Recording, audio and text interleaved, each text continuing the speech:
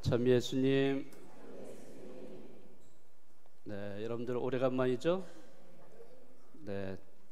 제가 지난 주일날 안 보였죠? 사제 연례 피정에 잘 다녀왔습니다. 여러분들 기도 덕분에 피정을 잘 끝내고 이렇게 돌아왔습니다. 피정 동안 여러분들 또 위해서도 기도 드렸는데 저를 위해서도 기도 좀 하셨나요? 여러분들이 늘 기도해 주신다는 말만 들어도 저는 본당 신부로서 늘 기쁘게 생각을 합니다. 벌써 5월 달을 맞이했습니다. 오늘 이 비가 하루 종일 와서 이 연휴인데 어디 가지도 못하고 놀러 가지도 못하고 이렇게 오신 거 아니에요? 모르겠습니다. 이번 5월 달은 뭐 매년 그러긴 하지만요, 본당에서 여러 가지 행사가 있습니다. 다음 주일날 사랑의 바자회가 있고, 또 그 다음 주일에는 또 혼인 축복식, 가정 혼인 축복식이 있고요. 그리고 또 마지막 토요일 날은 성모의 밤이 있습니다. 여러 가지 행사가 있어서 좀 바쁘게 또 5월 달도 지나갈 거라고 생각을 합니다. 그렇지만 이번 5월 달 잘 아시겠지만은 성모 성월입니다.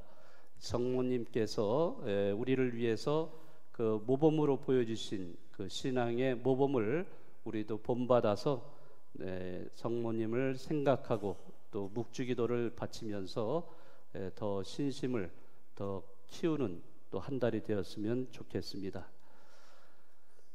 오늘 요한복음에서 보면은 예수님께서 제자들에게 고별 인사를 나누면서 새로운 계명인 사랑의 계명을 제자들에게 주십니다. 내가 너희를 사랑한 것처럼 너희도 서로 사랑하여라. 많이 들어보던 성경 말씀이죠? 서로 사랑하여라. 아마 너무 많이 들어가지고 아마 식상할 정도가 되지 않을까. 아니면은 너무 많이 들어서 무감각해지지 않았을까, 이런 생각을 해봅니다. 저는 오늘 이 서로 사랑하여라 라는 말씀을 묵상하면서 먼저 뭐 밖에 뭐 다른 것보다도 우리 본당 공동체를 생각을 해보았어요.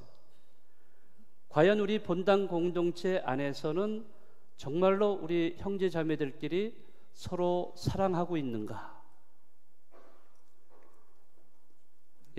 서로 사랑하고 계시죠? 자신이 없으신 분도 굉장히 많으신 것 같아요. 사실 이 서로 사랑하여라, 이 말씀은 먼저 당신의 제자들에게 하신 말씀이고, 또 그 제자는 바로 우리들 아니에요. 우리가 예수님을 따르는 사람들이기 때문에 그 예수님을 믿고 따르는 우리들이 먼저 서로 사랑해야 된다는 거예요. 우리가 먼저 이렇게 사랑을 해야만 밖에 나가서도 누구를 만나도 우리는 서로 사랑을 나눌 수가 있어요. 그런데 우리 자체적으로 본당 공동체 안에서조차 서로 사랑을 하지 못한다면은 우리는 나가서 어떻게 이 사랑을 증거할 수 있겠어요? 말이 안 되는 거죠. 저는 오늘 뭐 잠시나마 우리 본당 공동체 안에서 서로 사랑을 하고 있는가? 정말 내 옆에 있는 형제, 옆에 있는 자매들을 내가 정말로 사랑하고 있는가 하는 점을 한번 생각을 해보고 싶습니다. 사실 신자분들 보면은 믿음이 아주 깊고 신앙심이 좋은 분들이 너무나 많이 있습니다.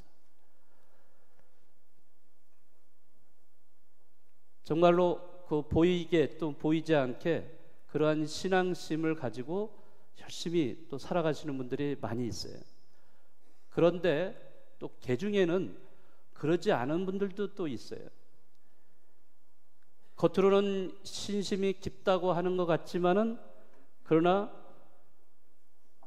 자기 이웃을, 옆에 있는 형제 자매를 자기 몸처럼 사랑하지 않고 있는 그런 경우를 볼 때, 저 사람이 저런 믿음을 갖고 있구나, 저게 올바른 믿음인가, 이런 생각을 해봅니다. 믿음이 제대로 있는 사람이라면 내 옆에 있는 사람, 그 사람 안에 있는 하느님을 발견하고 그 하느님을 섬기는 사람이 돼야 된다는 거죠. 그 옆에 있는 사람, 내 이웃 안에 계시는 하느님을 발견하는 사람은 서로 사랑할 수 있어요. 왜? 하느님을 우리는 사랑하는 사람들이기 때문에.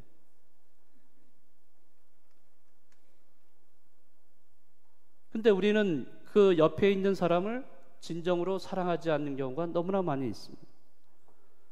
그것은 바로 이웃 안에 계시는 그 하느님을 우리가 발견하지 못하고 만나지 못하기 때문입니다.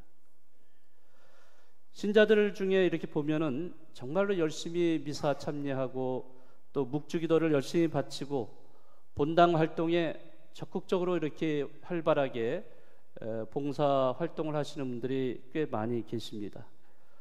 네, 정말로 그 열심히 그렇게 하시는 분들을 보면은 다른 사람들한테 모범이 될 수가 있는 거죠. 그럼에도 불구하고 그렇게 열심히 한다는 사람들 중에서 이렇게 보면은 어떻게 믿는 사람이 저럴 수가 있을까? 말과 행동이 달라요. 다른 사람들을 대하는 태도, 말과 행동이 다르게 나타나는 이런 경우도 보게 됩니다. 사실 본당에서 우리는 이 공동체로 지내기 때문에 인간관계를 맺으면서 살아가고 있어요. 네. 서로의 관계가 친밀하고 우정을 나눌 때 서로 사랑 안에서 하나가 될 수 있는데, 근데 이런 경우가 있어요. 뭐 같이 이렇게 어떤 활동을 하다 보면은 자기 뜻에 맞지 않는 사람이 있어요. 또 내 생각과 다른 사람이 있어요. 또 나에게 박수를 보내지 않는 사람이 있어요. 근데 그럴 때 우리는 어떤 태도를 취하고 있는가? 뭐 상대방을 미워한다든지 증오한다든지 아니면 어떤 때는 배척을 배척을 하는 이런 경우, 만약 그렇게 한다면 그 사람의 믿음이 정말 올바른 믿음인가? 오늘 예수님께서 서로 사랑하라고 이렇게 말씀하셨는데 그 사랑을 정말로 실천하고 있는가? 이런 의구심이 들 때도 있습니다. 우리는 교회 안에서 공동체로 살아가면서 서로 사랑하라는 예수님의 말씀을 실천하는 사람들입니다. 그 말씀을 제대로 실천을 하지 못하면서 우리는 교회 밖에 나가서 어디다 대고서 그 사랑을 실천할 수는 없습니다. 먼저 우리가 사랑을 실천해야 돼요. 그 사랑을 실천하는 그것이 이 사회 안에서 우리는 대안으로 보여질 수가 있는 거예요. 그래서 우리는 하나님의 사랑을 다른 사람한테 증거할 수 있는데, 이 교회 공동체 안에서조차도 그 사랑을 형제 자매들과 나누지 못하고 제대로 실천하지 못한다면은 우리는 밖에 나가서 뭐 사랑을 실천한다? 이럴 자격이 없습니다. 남을 진정으로 사랑하려면은 어느 정도 자기 자신을 희생하고 또 포기할 필요도 있습니다. 예수님께서 십자가상에 죽음으로써 우리에게 이미 보여주신 겁니다. 당신의 희생을 통해서 우리가 구원받게 해 주시려고 했던 것은 그만큼 우리를 사랑하시기 때문입니다. 그런데 우리는 자기 희생이라든지 자기 포기는커녕 자기 주장을 내세우거나 고집을 부리거나 이러면서 상대방을 이해하거나 포용하려는 이러한 시도를 하지 않는 경우도 굉장히 많습니다. 그러다 보면은 결국에 이 공동체가 분열될 수밖에 없는 이러한 상황도 있을 수가 있습니다. 정말 서로 사랑하라 하는 예수님의 말씀이 무색해 되는 이러한 경우도 있다는 겁니다. 또 우리 본당 공동체 안에서 보면은 서로 사랑하기보다는 시기하고 질투할 때도 많이 보입니다. 왜 시기하고 질투할까요? 그것은 가장 큰 이유는 서로 비교하기 때문입니다. 우리가 주위 사람들과 물질적으로 또는 어떤 이익이라든지 능력, 재능 이런 거를 비교하다 보면은 마음속에서 자연히 시기와 질투가 일어나게 됩니다. 이러한 시기와 질투는 남을 비방하는 쪽으로 이렇게 나타나게 되고 또 자신을 탐욕 속으로 몰아가게 된다는 것을 우리는 알아야 합니다.